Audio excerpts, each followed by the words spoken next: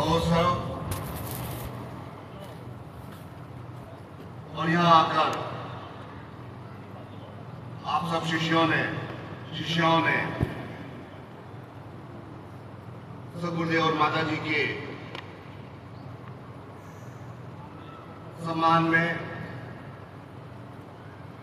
उनकी चिंतन में यहाँ पर और अधिक सहयोग किया है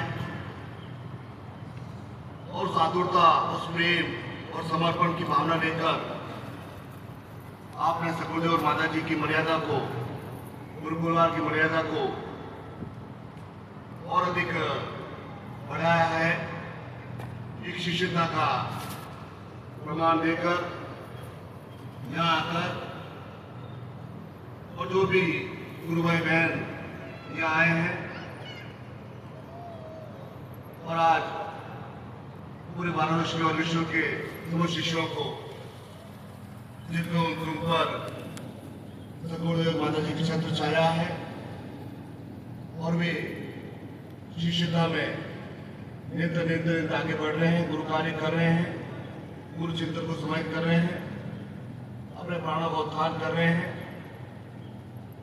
और आप सबका एक सदगुरु होने के नाते मैं आपका स्वागत करता हूं और आपकी शिष्यता को प्रणाम करता हूं कि आपके अंदर जो भाव जागृत हुए हैं वे और अधिक प्रभावशाली योग्य बन सके और अपनी शेष मनोकामनाओं को पूर्ण करने में सक्षम, योग्य और प्रभावित बन सके। और मैं आपको साधुवाद देता हूं, आपको एक चिंतन देता हूं कि इसी प्रकार से नित्य यहाँ के गुरु भाई और बहनों द्वारा जो मिलकर एक श्रेष्ठ कार्य किया गया है, हम इसे एक आनंद, प्रसन्नता और आलोक और विशिष्ट चिंतन के माध्यम से इसे पूर्ण कर सके। जिन्होंने भी इस पुनीत कार्य में सहयोग किया है उन सबको मैं पूर्ण श्रद्धा से आशा प्रदान करता हूँ कि उनकी मंगल कामना करता हूँ।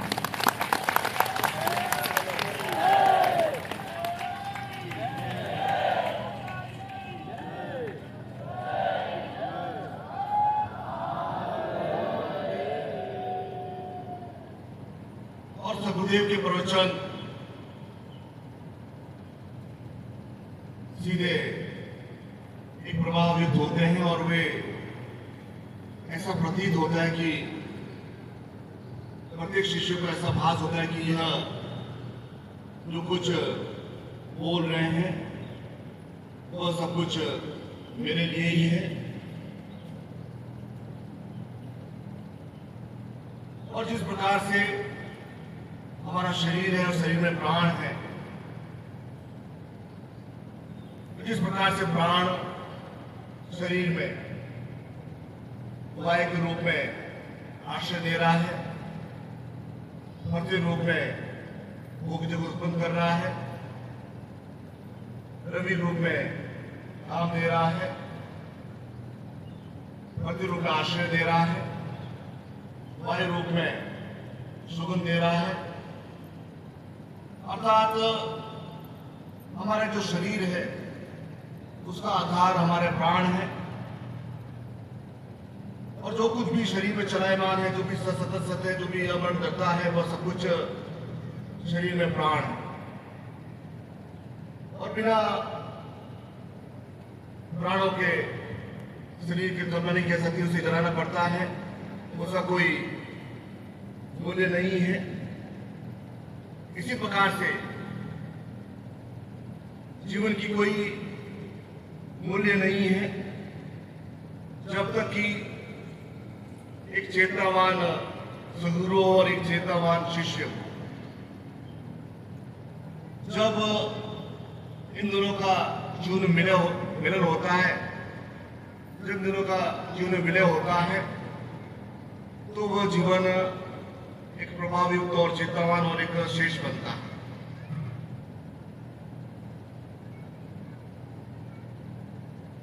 और प्रत्येक का जीवन अपने आप में एक अपूर्ण होता है।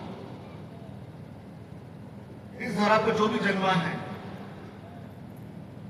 चाहे वो राम हो, चाहे कृष्ण हो, चाहे महावीर हो, चाहे बुद्ध हो, चाहे हजारों ऋषि मुनि तपस्वी योगी क्यों न हो, प्रत्येक का जीवन अपने आप में जब जन्मते हैं, जब थोड़ा आगे बढ़ते हैं, तो वह एक अपूर्ण होता है, अर्थात वह जीवन पूर्ण नहीं होता। और जिसका जीवन अपूर्ण रहता है, वह नित्य तृष्णाओं मायाओं के पीछे पड़ते हुए अपने जीवन को समाप्त कर देता है। और अपूर्णता से पूर्णता, क्योंकि प्रत्येक व्यक्ति के जीवन में कहीं कहीं कमी है। जीवन के व्यक्तियों के जीवन में धन लाने की कमी है, अन्य व्यक्तियों के जीवन में संतान की कमी है, कई के व्यक्तियों के जीवन में शत्रु बाधा है, योग्य तपस्वियों के जीवन में वो साधा तपस्या की कमी है, ऋषियों के जीवन में, अर्थात प्रत्येक जीवन में कहीं कहीं अपूर्णता अवश्य रहती है। और अपूर्ण व्यक्ति अपने जीवन में नित्य न्यून बने रहता है, दैन्य बने रहता है, हीन बने रहता है, क्योंकि वह अपूर्ण व्यक्ति जीवन में केवल एक जीवन को थोड़ा बहुत ढो रहा है, थोड़ा बहुत जीवन प्राप्त कर रहा है, थोड़ा बहुत क्रिया कर रहा है, और अंत में जाकर वह वर्ग में जाकर समाप्त हो जाता है। अर्थात उसके जीवन की क्रिया वहीं तक रहती है। लेकिन जो व्यक्ति अपने जीवन में उस अपूर्णता को समाप्त करते हुए कि मेरे जीवन में एक आध्यात्मिक चिंतन हो सके, जीवन में कोई लक्ष्य हो सके, जीवन में कोई योग्यता आ सके, जीवन में कोई आध्यात्मिक क्रिया हमें प्राप्त हो सके, वे व्यक्ति अपने जीवन में उस अपूर्णता से पूर्णता की ओर जाने के लिए उद्यत होते हैं, प्रयास करते हैं। वे अपने जीवन में जब उन्हें याद होता है एक अवस्था आने के बाद कि मेरे जीवन की और भी क्रिया है, मेरे जीवन को और भी चिंतन है, मेरे जीवन में और भी कुछ मायने हैं, मैं अपने जीवन में कुछ और भी अधिक कुछ श्रेष्ठ तत्व प्राप्त करना चाहता हूं, तो वे सद्रूप प्राप्त करते हैं। वे ज्ञानी योग्य ज्ञानी तपस्वी चरणों में बैठते हैं ताकि उस अपूर्णता को समाप्त किया जा सके। और यही एक अंतर होता है एक अनुयायी, एक फॉलोवर और एक शिष्य के बीच में। अनुयायी वो होता है, फॉलोवर वो होता है कि वह एक फॉलो करने वाला, अर्थात जो कुछ भी है उसे फॉलो कर सकते। एक टीचर भी, एक बालक भी टीचर को फॉलो कर सकता है।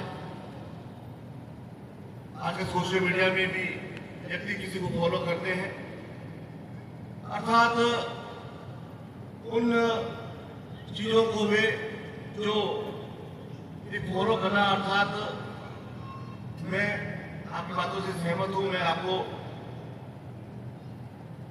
बातों में मुखात करना चाहता हूं, वो एक फॉलोवर हुआ। लेकिन उससे बढ़कर अत्यंत ही जो शोभनीय, अतुलनीय और एक क्रिया है, वो क्रिया होती है शिष्यता की। वो क्रिया होती है शिष्य बनने की जीवन में। और जब शिष्य और सद्गुरु का तो मिलन हो जाता है, क्योंकि यह एक शाब्दिक शब्द नहीं है, यह एक शारीरिक संबंध नहीं है, यह एक समाज के द्वारा दिया गया एक संबंध नहीं है,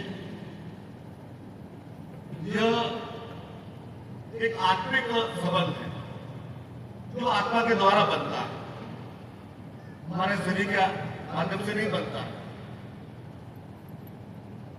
हमारे मेरे परिवार के माध्यम से कि परदादा के ये थे, दादा के ये थे, ये थी, यह एक पीढ़ी चली आ रही है, यह कुलदेवी चली आ रही है, वो एक आस्था के प्रति हो सकते हैं, वो एक पूजा का माध्यम हो सकता है कि हमारे कई की पीढ़ियों से हमारे घर में यह कुलदेवी की क्रिया चल रही है। लेकिन जो एक आत्मिक संबंध बनता है, जो एक चरित्र संबंध बनता है, जो एक विस्तृत संबंध बनता है, वो केवल एक सदगुरु के माध्यम से जीवन प्राप्त होता है। क्योंकि सदगुरु अर्थात पूर्ण सदगुरु इसलिए है कि वह उस रास्ते से चलकर वो अपने आप में एक पूर्ण बन चुका है, अपने आप में उस आध्यात्मिक चेतना से ओतप्रोत होकर उसके अंदर वह एक कल्याण करने की भावना नहीं हो सकी है। वह एक आशीर्वाद देने के लिए वह विनम्र है, अर्थात उसका आशीर्वाद फलदायी हो जाता है, उसका जबरदस्त जीवन में दे देता है। वो सदगुरु होते हैं। गुरु तो हजारों मिल जाएंगे, मैं चाहते मिल जाएंगे, चाहे हरिद्वार मिल जाए, चाहे विकेश्वर मिल जाए, चाहे गंगा किनारे मिल जाए, अर्थात इस संसार में गुरुओं की कोई कमी नहीं है। लेकिन सदगुरु हमारे आराध्य में होते हैं, हमारे घर में होते हैं, तभी हमें प्राप्त हो पाते हैं। यदि हमारे धर्म ही ऐसे नहीं है, यदि हमारे धर्म असंगति का आचरण करने वालों के साथ यदि उठने बैठने का है, यदि गलत वर्गों के साथ उठने बैठने का हमारे साथ संगति है, यदि मन के विकारों के माध्यम से हमारे अंदर वह असंगति है, तो ये एक हमारे जीवन का प्रारब्ध है, अर्थात हमें यह उस चीज के माध्यम से हमें प्राप्त हुआ है। तो वो आरंभ होते हैं जिसके माध्यम से जीवन में किसी भी श्रेष्ठ सदगुरु की ज्ञानी तपस्वी की हमारे पर क्रिया नहीं हो पाती, क्योंकि हमारे आरोप ऐसे हमारे अंदर उस पहचाने की क्षमता हमारे अंदर होती ही नहीं है। वे हमें हमारे भारत हमें अंधकार की ओर ढेलते हैं, हमें अंधर गिरोह की ढेलते हैं, हमें उस भय में, उस माया में, उस दर्शनाओं की ओर ढेलते हैं, जिसके माध्यम से हम अपना एक सामर्थ्य खो बैठते हैं। हमारे अंदर जो एक ब्रह्म है, हमारे जो तत्व है, हमारे जो जागृत है, वो हम भूला बैठते हैं। इसलिए कई पीढ़ी पूर्व जितने भी आक्रमण हुए, जितने भी हमारे अंदर एक भय का निर्माण हुआ, हमारे अंदर एक तो हमारे अंदर वो एक आश्रय लेने की एक नवीन नित्य नए देवी देवता घटने की हमारे अंदर एक यह क्रिया हमारे अंदर इस जगत में, इस संसार के इस भूभाग पर हमें प्राप्त हो गई, क्योंकि हमने अपने आप को पहचानने की सामर्थ्य, अपने आप को एक गुण बनाने की क्रिया न हमें किसी से प्राप्त हुई और न हमें स्वयं हम उसे प्राप्त कर पाए। इस कारण मनुष्य निर्भर रहता है दूसरों पर। इसलिए जब वह एक पूर्ण सदगुरु के चरणों में आकर बैठता है, तो वो एक आत्मशुद्ध बनता है। इससे किसी प्रकार कोई विनय नहीं, किसी लेन देन नहीं है, किसी प्रकार को कोई छुपाव नहीं है, किसी प्रकार कोई दुराव नहीं है। वो एक आत्मा का संबंध स्थापित करने वाला क्रिया हो गई है, तो वह सही अर्थों में एक शिष्य बनता है और शिष्य के जो आभूषण होते हैं वो उसे एक परितोष के माध्यम से प्राप्त होते हैं। अर्थात शिष्य केवल एक वाक्य नहीं है,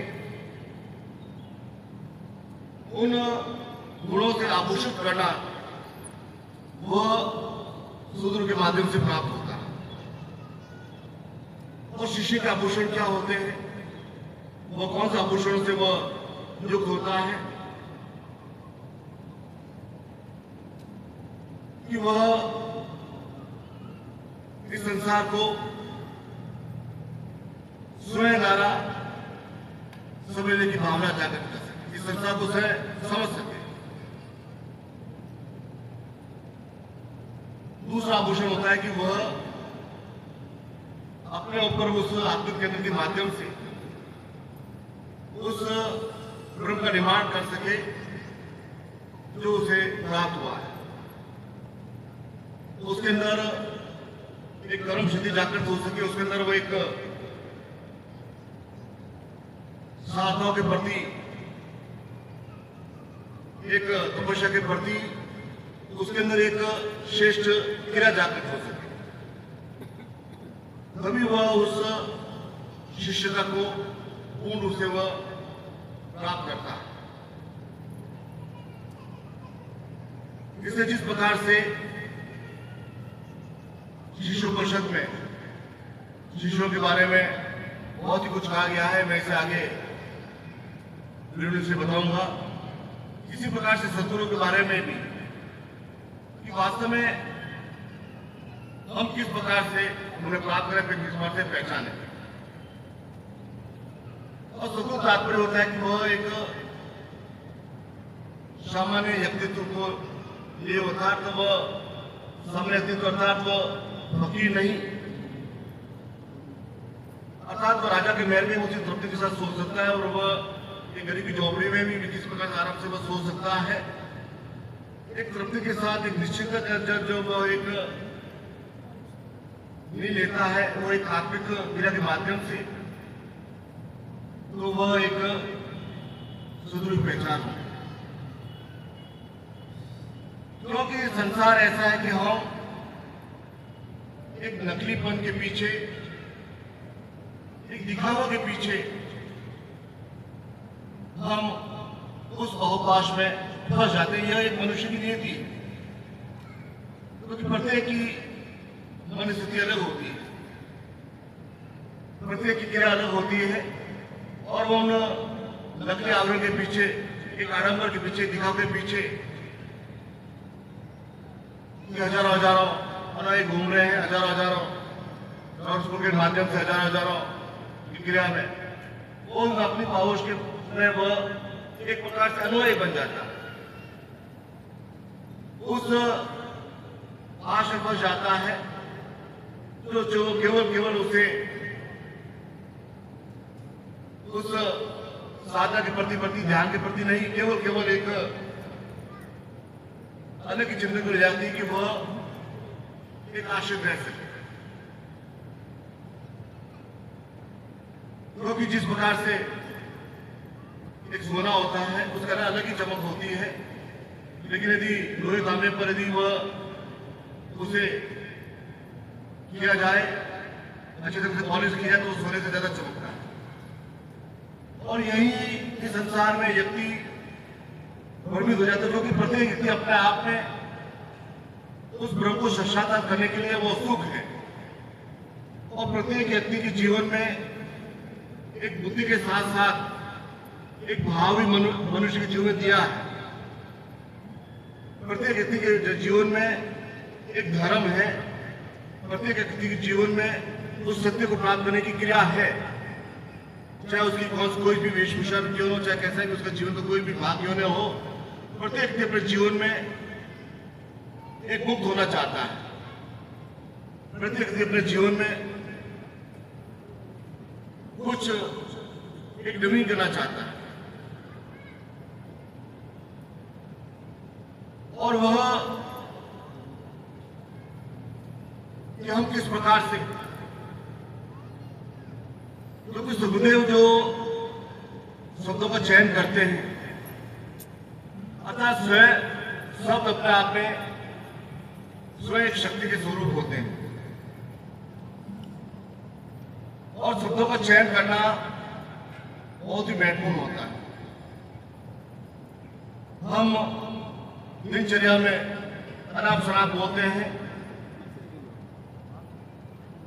अनावश्यक बोलते हैं, हमारी ऊर्जा भी खत्म होती है और हम जो बोलते हैं वे ब्रह्म स्वरूप होते हैं, वे समाप्त नहीं हो पाते। इसलिए कहा जाता है कि कोई भी व्यक्ति किसी दूसरे को बुरे वचन कहता है तो उसे वह जीवन भर याद रहता है, उस व्यक्ति को वो कभी भूलता नहीं है। शब्दों का अपमान कभी मनुष्य भूलता नहीं। कि आप किसी के व्यक्ति के बारे में अनशन बोले, गाली दें तो वह उसे जीवन भर याद रखता है और आपके प्रति वह शोभ और हंसना, आपके प्रति वह एक दुभाव रहता है, क्योंकि इस व्यक्ति ने मुझे ऐसा कहा था। और यह शब्द जब प्रभु के स्वरूप होते हैं तो सबको चयन करना अत्यंत आवश्यक होता है। इसलिए शब्दों का चयन जब सदुल करते हैं तो वे शब्द जो उनके मुख से निकलता है, जो वह सीधा सीधा हृदय में उतरता है, जो हृदय में उतरता है, जिसके माध्यम से हमारा जो प्राण है वो शुभ होता है। हमारे अंदर वो एक अत्यंत एक अनेक समस्या हो जाती है, हम शुभ हो जाते हैं, हमारे अत्यंत एक भावुक हो जाते हैं, अत्यंत एक अलग हो जाती है, हमारा चेहरा एक समझ हो जाता है, चेहरे से किया जाता है। तो इसका तात्पर्य है कि शत्रु के जो एक शब्द का चयन है उसका अर्थ हमें प्राप्त हुआ है और अर्थ के माध्यम से हमें जो प्राप्त हुआ है वह अतुल्य है, वह एक अलग क्रिया है। बोलिए पूज्य गुरुदेव की, परम पूज्य गुरुदेव की, परम वंदनीय माता जी की, परम वंदनीय माता जी की, पूज्य गुरुदेव की। ओम हर हर महादेव।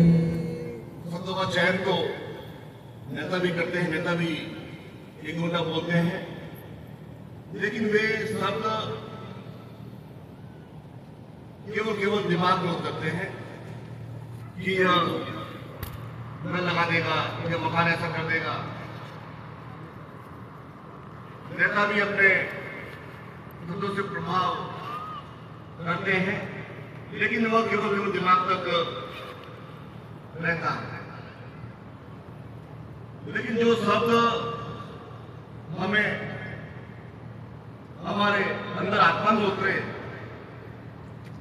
पूरे शरीर को आलोड़ित करे, पूरे शरीर में अलग ही क्रिया करे, वे शब्द जब किसी से मुख से निकलते हैं तो इसका तात्पर्य होता है कि वे सही वास्तव में सद्गुरु हैं।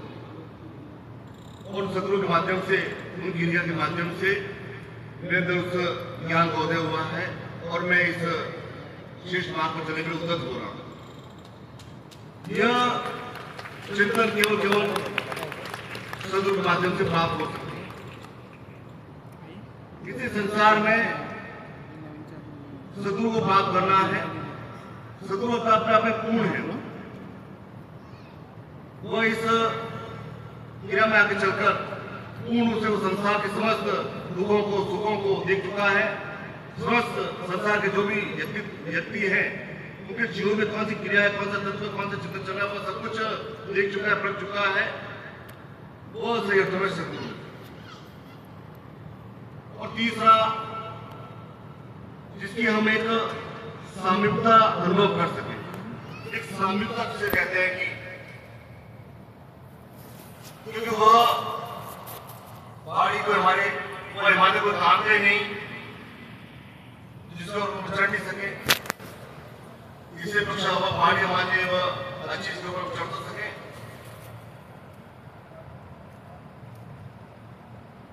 जिस प्रकार से सामीप्यता का तात्पर्य होता है कि जो हमारे प्रत्येक जीवन के प्रत्येक सुख में, दुख में, भाव में, अतिरिक्ता में एक सहभागी बनकर हमारे साथ चलता है। वो हमारे साथ जीवन की यात्रा करता है। हमारे प्रत्येक कार्य लाभ में वो सम्मिलित रहता है। वो जीवन की प्रत्येक अवस्था तक हमारे साथ रहता है, क्योंकि एक संवेदन लाभ जब समीप नहीं होंगे, जब इस संसार में सद्गुरु हमारे साथ नहीं होंगे, एक गुरु हमारे साथ नहीं होगा। जब भगवान श्री कृष्ण ने कहा कि मैं तुम्हारे रथ पर इसलिए बैठा हूं कि तुम्हें वो ज्ञान दे सकूं, वो चिंतन दे सकूं, वो क्रिया दे सकूं। हजारों मील दूर बैठकर जब मैं ज्ञान तपस्या दूंगा तब तुम उसे सुनने के असमर्थ होगे, तुम सुन नहीं पाओगे और तुम्हारे हाथों द्वारा वह एक महान उद्देश्य पूर्ण हो पाएगा, वो पूर्ण कार्य हो नहीं पाएगा। इसलिए मैं तुम्हारे साथ हूं कि तुम्हारे अंदर वह मेरे माध्यम से जब सुनने की शक्ति तुम्हें प्राप्त होगी तभी वह चिंतन तुम्हारे समाहित हो सकेगा। यदि सुन नहीं पाओगे तो समझवाणी को, ज्ञान को एक समय तो लाभ नहीं ले पाओगे, तब कुछ भी हासिल नहीं कर पाओगे। जितने सत्सुर होते हैं वे सहायक रूप में होते हैं, क्योंकि एक आत्मिक संबंध है। न सत्सुर आपके भाई है, न बंधु है, न मानव है, न माता, न पिता है, न मामा, न चाचा है, लेकिन उसके पहचान में सब कुछ, क्योंकि उस चिंतन के माध्यम से, क्रिया के माध्यम से और ये आत्मिक संबंध जब और अधिक बढ़ता है और अधिक गहराता है, जब सद्गुरु और शिष्य का एक दूसरे को मिलन होता है इस तरह पर, तो उस क्रिया के माध्यम से तो शिष्य के अंदर बहुत छटपटा होती है, बेचैनी होती है, उसके अंदर बहुत पीड़ा होती है कि वह और वो छटपटाहट, वह पीड़ा कि जब वो एक शिष्य का गौरव होता है, जब से तुम्हें शिष्य होता है तो उसका गौरव क्या होता है कि उसके अंदर सद्गुरु से मिलने की उत्कंठा और उसमें जागृत रह सके। हर समय अंदर उसे क्रिया चलती रहनी चाहिए, कभी शिष्य अंदर छटपटाहट, उत्कंठा, पीड़ा बने नहीं और पीड़ा और बढ़ती बड़ी, छटपट और बड़ी। ये शिष्य का गौरव होता है, उसे हजारों शिष्य प्राप्त करने के लिए प्रतिशील रहते हैं, क्योंकि वह एक शिष्य के पूर्ण बनने की क्रिया। इसलिए हमारे शास्त्रों वेदों में, उपनिषदों में सद्गुरु को साक्षात रूप से प्रणाम किया जाता है, दूर से प्रणाम नहीं किया जाता, दूर से देखा नहीं जाता है। दूर से प्रणाम किया गया वह अपने आप लौट जाता है।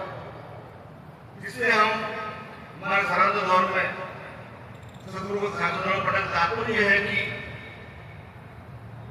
आपके अंदर जो ज्ञान है वह मेरे अंदर परिणाम हो सके और मैं अपने आप को गौरवान्वित महसूस कर सकूं,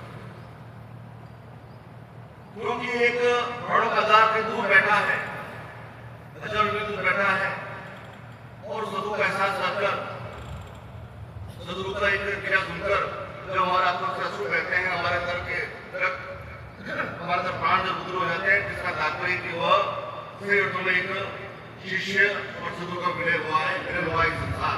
बोले पूज्य गुरुदेव की, पूज्य गुरुदेव की, परम वंदनीय माता जी की, परम वंदनीय माता जी की, पूज्य गुरुदेव की। ओम हर हर महादेव। अन्यथा कही,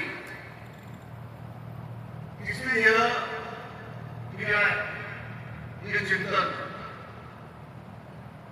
क्योंकि प्रत्येक व्यक्ति अपने जीवन चाहता है कि उसे धर्म और काम मोक्ष प्राप्ति हो, और मोक्ष का तात्पर्य एक सब इच्छाओं की पूर्ति करना, मोक्ष का तात्पर्य अपने आप में पूर्ण करना।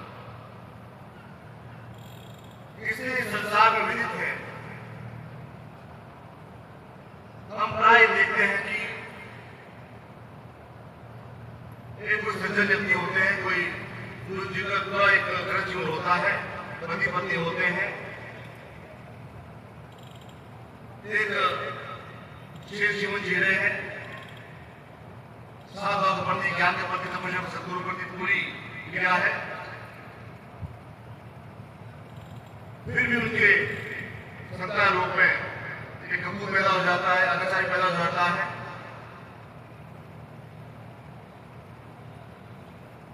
क्योंकि मोक्ष प्राप्ति का तात्पर्य कि हमारी आत्मा की शुद्धिकरण की क्रिया हमें प्राप्त होनी चाहिए।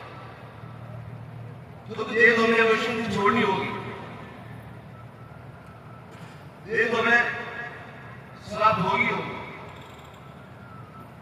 और जब संसार में सदगुरु का हमारे ऊपर बड़ा ज्ञान है, तपस्या, योग्यता है, तो क्यों ना हम अपनी आत्मा की शुद्धि कर सके।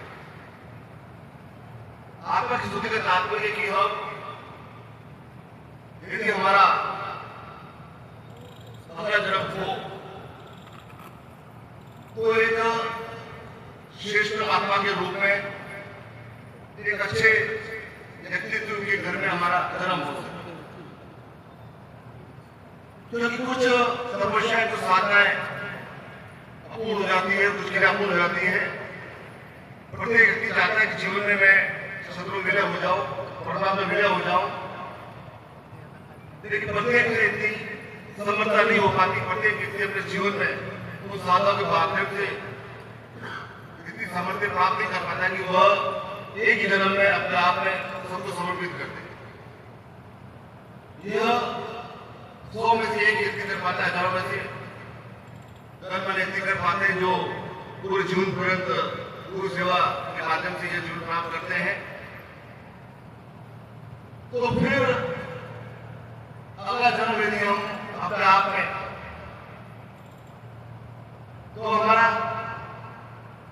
जन्म यदि किसी असभ्य असंस्कार व्यक्ति के घर में जन्म हुआ तो वह जीवन कष्ट में बीतेगा, वह जीवन रोगों में बीतेगा, अन्य तरह के रोगों में बीतेगा। जिसमें भगवान कष्ट, भगवान आपकी आत्मा हजारों वर्ष तक, 25 वर्ष तक पूर्ण रूप से अपने आप एक सामर्थ्य देके योग्य बन के रही, और फिर वही आत्मा का करके वह भगवान का रूप में जन्म लिया।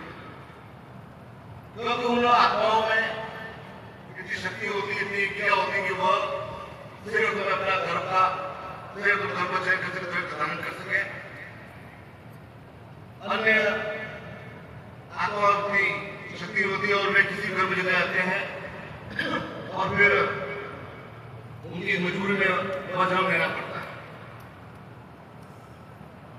तो यह आत्मा की शुद्धिकरण की क्रिया, क्योंकि जो हम देखते हैं कि जो माँ बाप होते हैं, जो असत्य आचरण करते हैं, दुराचारी होते हैं, उनकी संतानें भी उनसे आगे बढ़ जाती हैं। फिर वे जीवन के अंतिम वर्षों में रोते कलपते हैं कि हमारी संतान ऐसी है, हमारी संतान वैसी है। लेकिन तुमने जो जीवन में जो पाप किया है, जो जीवन तुमने जो आचरण किया है, उसी देकर उन्होंने बच्चों ने वही सीखा है, वही उन्होंने आगे किया है। तो यह एक आत्मा की शुद्धि के लिए कोई क्रिया नहीं कि उन्होंने जीवन में कुछ ऐसी साधक तपस्या प्राप्त नहीं किया था। एक श्रेष्ठ सदगुरु के चरणों में बैठकर उस क्रिया को अपना प्रमाण दे, जिसके माध्यम से वह दिन देखने पड़ रहे। बोली भुज गुरुदेव की, परम भुज गुरुदेव की, परम वंदनीय माता जी की, परम वंदनीय माता जी की, भुज गुरुदेव की। और एक मेरा जीवन पर्यंत मनुष्य जीवन चलती है कि वह इसलिए यह कर्तव्य दायित्व है कि एक श्रेष्ठ शिष्य की वे अपनी संतानों को अच्छे संस्कार दें, अच्छे ज्ञान का जितना मुकदर समाई करें, एक योग्य श्रेष्ठ बनाए। और यही एक प्रकार से कहते हैं कि जो ऋण होता है, ऋण, और ऋण ऐसी समाप्त नहीं हो पाती। और ऋण का तात्पर्य होता है जब तक ऋण की चुकता नहीं होगा तब तक वो उनकी प्राप्ति नहीं हो सकती, चाहे कोई भी हो, चाहे मैं हूं चाहे आप। इस संसार में जो भी हमारे ऋण है, वे ऋण हमें अवश्य चुकाने पड़ेंगे। तो एक ऋण इस संसार में संतान के रूप में भी होता है कि हम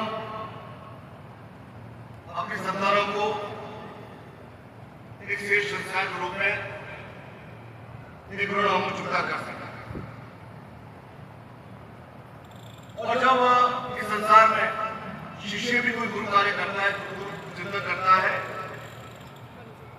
तो सबसे ज्यादा तात्पर्य होता है कि उसका जो कार्य कर रहा है वह ऋण सदगुरु के ऊपर भी आ रहा है और वह उस कार्य का अर्थ, उस कार्य की डेप्थ जानता है। सदगुरु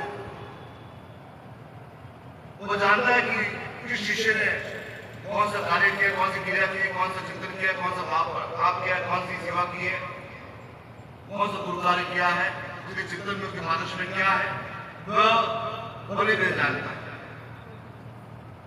तो सदगुरु से ऋण चुकाने के लिए अपने ज्ञान के माध्यम से धन देकर, संतान देकर, वैभव देकर, ऋण से मुक्ति देकर, उसके श्रेष्ठ कार्यों की पूर्णता करके उसे ऋण चुकाने की क्रिया करते हैं।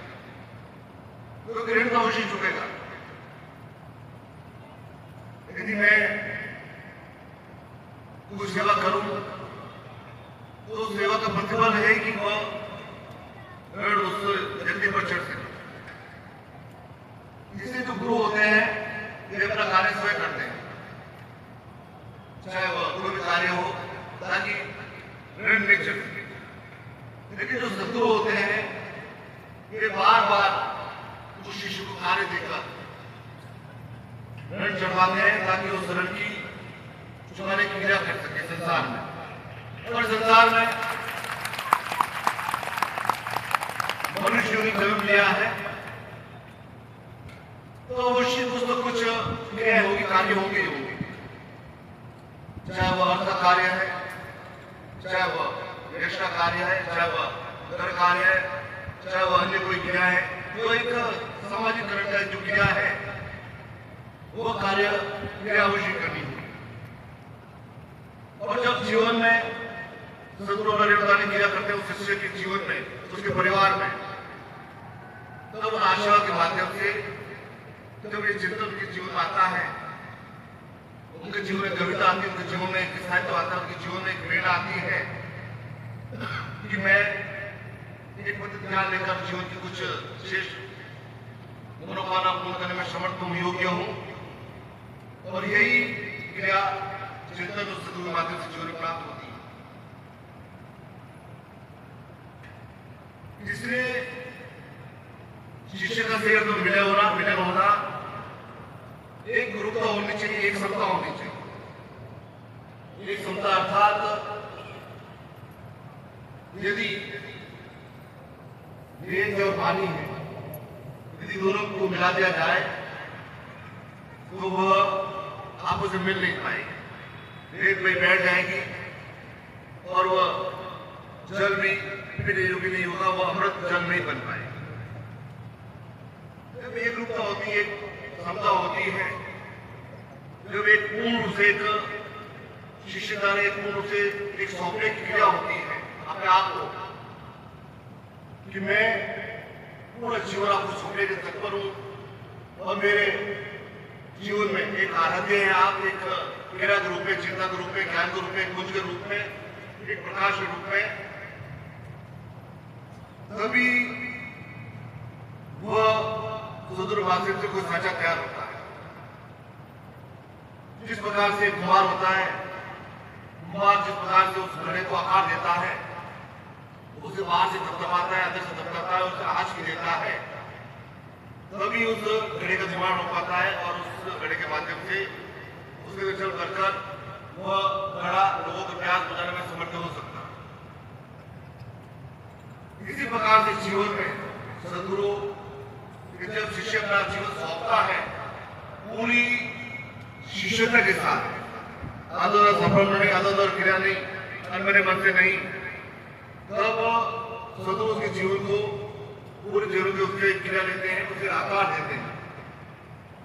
आकार अर्थात कुछ उसे बनाते हैं ताकि वह इस मानस में अपनी वचन शक्ति के माध्यम से, अपनी कर्मता के माध्यम से, अपने अंदर जो एक आध्यात्मिक चिंतन के माध्यम से, प्रकाश है उस शक्ति के माध्यम से, जो समस्त महाविद्याओं का जो समस्त देवी देवताओं का जो एक आशीर्वाद है, क्रिया है, उसके अंदर उस क्रिया को पढ़ करने के माध्यम से वो शिष्य को तैयार करते हैं ताकि वो जीवन में वो सब कुछ प्राप्त करके जिसके उसका जन्म हुआ है।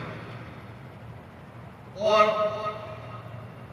एक आध्यात्मिक चिंतन के माध्यम से उसका जीवन हर समय शुद्ध बना रह सके। और यह चिंतन, यह क्रिया कि वह साकार बना के माध्यम से, क्योंकि जब तक आश्रय देखेंगे नहीं, झोंकेंगे नहीं, जब वो कुंदन बनता है, जब वह देवी देवताओं पर जब वह विराजमान होता है, वह मुकुट का निर्माण तभी हो पाता है जब वो अपने आप को आज में अपने आप के अंदर जाता है, तब जाता है, तभी उसका आकार बनता है और वो देवताओं के मूर्ति पर सुबह होता है, अपने आप में वह एक गर्व करता है कि मैं जब आज में गया, तपा, अपने आप को समर्पित किया, तब आज मैं देवी देवताओं के मुकुट के रूप में शोभायान। इसी प्रकार से संसार में सदगुरु निरंतर उसे जोड़ते रहते हैं जीवन में, उसे अधिक तपाते रहते हैं, साधना को बल देकर अधिक से अधिक उसे कार्य देते हैं, ताकि जब वो उपभोग निकलता आता है, क्योंकि ये संसार में शत्रु अवश्य होंगे और शत्रु हमारे आसपास व्यक्ति होते हैं। शत्रु कोई पास आकर कोई पड़ोसी को शत्रु नहीं है, पड़ोसी देश को शत्रु नहीं है। शत्रु हमारे आसपास व्यक्ति है, चाहे वह माता रूप में, पिता रूप में, पुत्र रूप में, सत्ता रूप में, कि वे इस मार्ग से हमें हटाने के लिए वे प्रसिद्ध रहेंगे, क्योंकि वे स्वयं उन दोषों से परिपूर्ण है। वे चाहते हैं कि वह स्वयं अपने जैसा बन जाए, लेकिन जो शिष्य होता है वो एक लीडर होता है, वो एक कचश होता है। जब वो शिष्य तक पूरा एक प्राप्त लेता है, तब संसार के आघात व्याघात से ग्रसित नहीं करते, उसे बाधित नहीं करते हैं, और वह निरंतर सदगुरु के बताए मार्ग पर चलकर वो पूर्णता को अवश्य प्राप्त करता है, चाहे उसके बाद में कितनी बाधाएं क्यों न।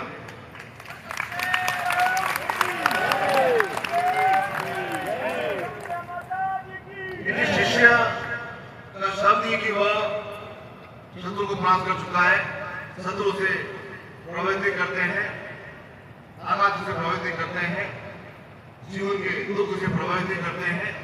वो तटस्थ भाव से वो जानते हैं कि सदगुरु क्या है, क्रिया क्या है, तपस्या क्या, भूमिका क्या है, भाव क्या, चिंतन क्या, शिष्टता क्या है, और सदगुरु को अपना हृदय मानता हुआ, चाहे जीवन कितने दुख क्यों न हो, स्वयं अपने आप में शिष्य होता हुआ वो जीवन की यात्रा करता है सदगुरु के छवि के रूप में, सदगुरु के आश्रय के रूप में, और निरंतर अपने जीवन में उस होता है।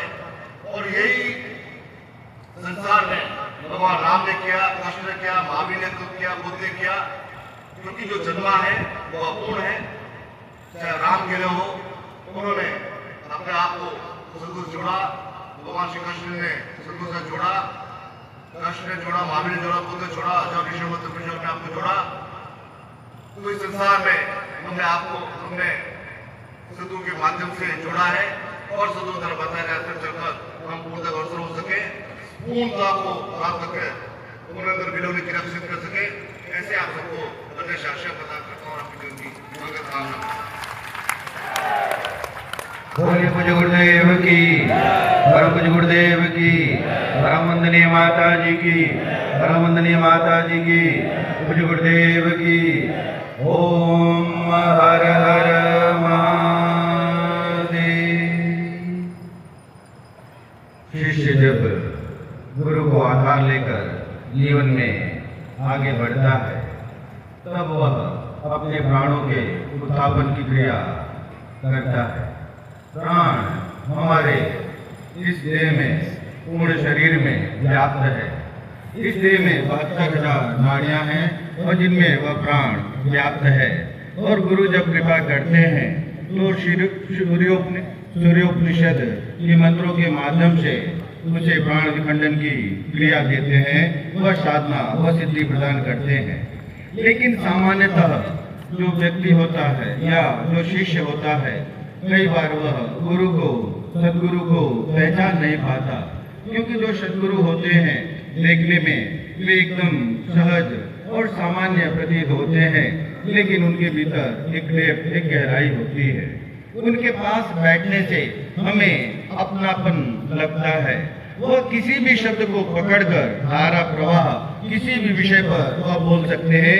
एक नवीन चिंतन, एक नवीन चेतना वह शिष्य को प्रदान करते हैं, जिनसे दूर जाते ही हमें एक अपने अंतर में एक बेचैनी, एक छटपटाहट महसूस होने लगती है। और जो हमारे कुछ भी नहीं है, कोई सगे संबंधी भी नहीं है, न होकर भी हमारे लिए सब कुछ होते हैं, वह सद्गुरु होते हैं। और जब जीवन में हमें उनके चरणों का आधार मिल जाता है, तब हमें उसी प्रकार से अग्रसर होना चाहिए जैसे कबीरदास जी ने कहा है कि गुरु कुमार शिष्य कुंभ है, घड़ घड़ काढ़े घोट, भीतर भीतर सहज के, बाहर बाहर चोट। एक कुम्हार जो होता है, एक मिट्टी के लौंदे को लेता है, उसे पूरी तरह से मथता है और उसे अपने बाहर से वह उसे चोट तो पहुंचाता है, लेकिन भीतर से सहज कर रखता है, उसे अग्नि में तपाता है ताकि वह एक दीपक बन जाए,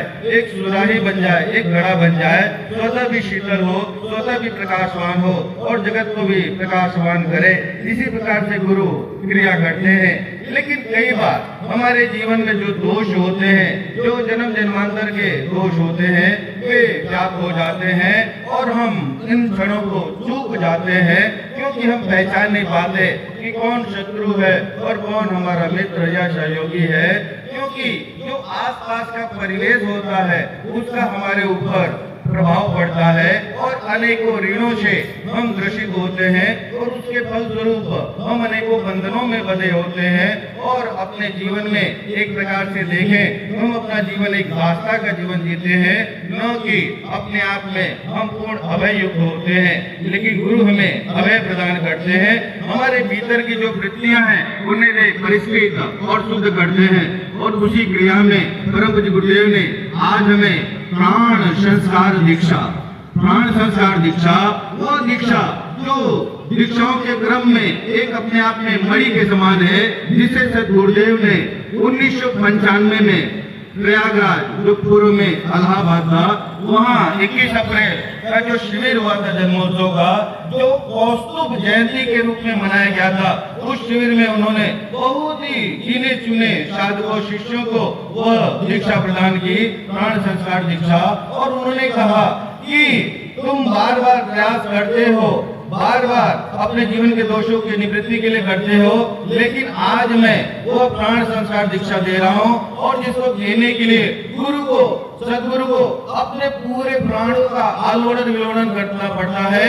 और एक प्रकार से जैसे एक माता जब किसी शिशु को अपने घर में धारण करती है और उसे एक नवीन जीवन देती है, तो पूर्ण रूप में निस्तेज हो जाती है, क्योंकि जो गर्भ शिशु होता है उस माता के द्वारा ग्रहण किया गया प्रत्येक अन्न को, हर चीज को वो पूरी तरह से ग्रसित कर लेता है, शोषित कर लेता है। इसलिए जब सद्गुरु इस प्रकार की दीक्षा देते हैं तो अपने पूरे प्राणों को निचोड़ करके उस व्यक्ति, उस साधक, उस शिष्य के जन्म जन्मांतर के जो संस्कार है उसे परिष्कृत और शुद्ध और पवित्र करते हैं, जिसके फलस्वरूप उसके मन में एक पवित्रता और दिव्यता का भाव आता है। वह जन्म जन्मांतर के बंधनों, ऋणों से मुक्त होते हुए, अपने आप में अभय युक्त होते हुए, पूर्ण भाव से गुरु से मिलन करते हुए, उनके शब्दों को पकड़ते हुए, उनके बताए मार्ग पर चलते हुए इसी जीवन में पूर्णता को प्राप्त करता है। और वही प्राण संस्कार दीक्षा आज पूज्य गुरुदेव हमें दे रहे हैं, ताकि हमारे जो प्राण है वो पूर्ण रूप में अपने आप में संस्कारित हो जाए, हम जन्म जन्मांतर के दोषों से मुक्त हो जाए, इसी जीवन में समस्त कर्तव्यों को करते हुए पूर्ण पवित्रता और दिव्यता के भाव को धारण करते हुए इसी जीवन में पूर्णता को प्राप्त कर सके। यह हमारे जीवन का सौभाग्य है। आप सब खड़े हो जाए।